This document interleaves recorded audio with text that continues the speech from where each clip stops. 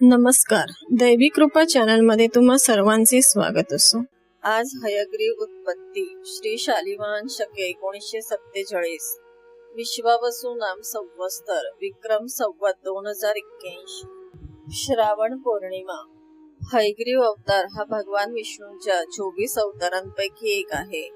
या अवतारात विष्णूने घोड्याचे मस्तक धारण केले आहे। हयग्रीव अवतार ज्ञान, बुद्धी आणि वेदांचे रक्षण करण्यासाठी प्रसिद्ध आहे। याबद्दलची पौराणिक कथा अशी आहे की नैमिषारण्यात चाललेल्या महायज्ञाच्या वेळेस ऋषींनी लोमहर्षण पुत्र सौती यास या अवताराबद्दल काय घटना आहे असे विचारले।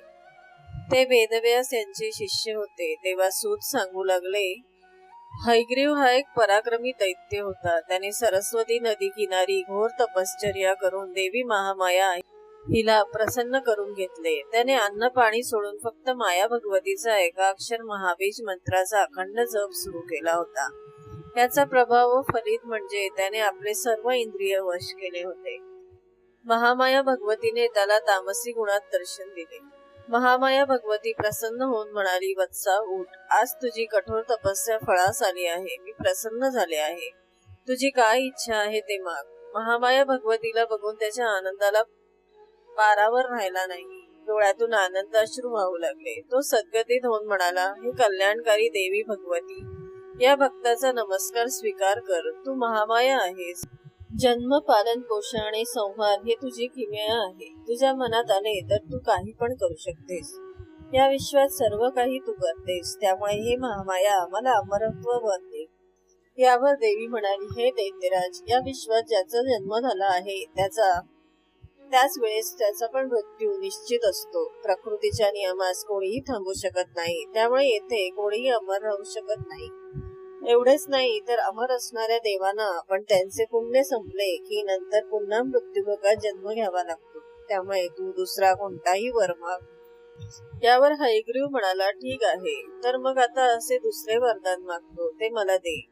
ते म्हणजे मला कोणाच्याच हाताने मृत्यू नाही आला पाहिजे। माझा मृत्यू फक्त हयग्रीवच्या हाताने झाला पाहिजे, ही माझी मागणी आहे। तरी हयग्रीव शिवाय दुसऱ्याच्या हातून मला मृत्यू येणार नाही असा वर दे। यावर महामाया भगवती म्हणाली, तथास्तु। असे म्हणून महामाया भगवती अंतर्धान पावली।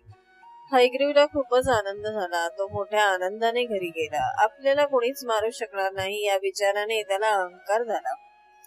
हयग्रीवने देवांना सोळो की पळो करून सोडले होते। देव देवता व ऋषी मुनींना त्रास द्यायला सुरुवात केली।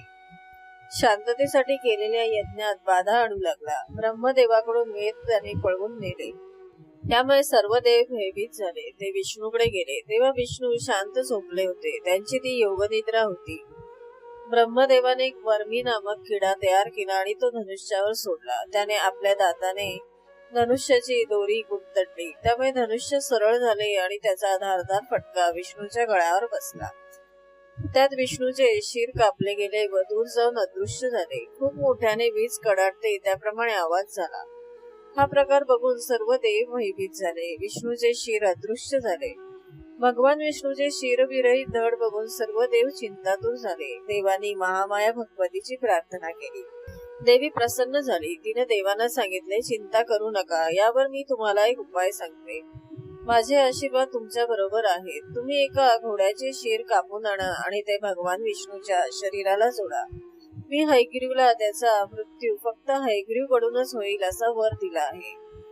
तरी तुम्ही घोड्याचे शिर भगवान विष्णूच्या शरीराला जोडा असे सांगून देवी अंतर्धान पावली। भगवतीने सांगितल्यानुसार ब्रह्मदेवाने एका घोड्याचे शिर कापून आणले आणि ते विष्णूच्या धडाला जोडले। घोड्याचे शिर विष्णूच्या धडाला लावताच विष्णू हयग्रीव अवतारात प्रकट झाले। नंतर त्यांनी देवी भगवतीने सांगितल्यानुसार हयग्रीवशी युद्ध केले। त्या युद्धात देवी भगवतीने वर दिल्याप्रमाणे विष्णू भगवान यांनी दैत्यराज हयग्रीव याचा वध केला। सर्व देव आनंदी झाले। विष्णूने चारी वेदांची सुटका केली आणि ते ब्रह्मदेवाला परत केले। सर्व ऋषीमुनी हे आनंदी झाले। दैत्यराज हयग्रीवच्या वधाने त्यांच्यावरील संकट टळले होते। अशा प्रकारे हयग्रीव अवतार धारण करून दैत्यराज हयग्रीव याचा भगवान विष्णूने वध केला। जर तुम्ही चॅनलवर नवीन असाल तर चॅनलला सबस्क्राईब करा व्हिडिओ आवडला तर लाईक करा, शेअर करा आणि कमेंट करा.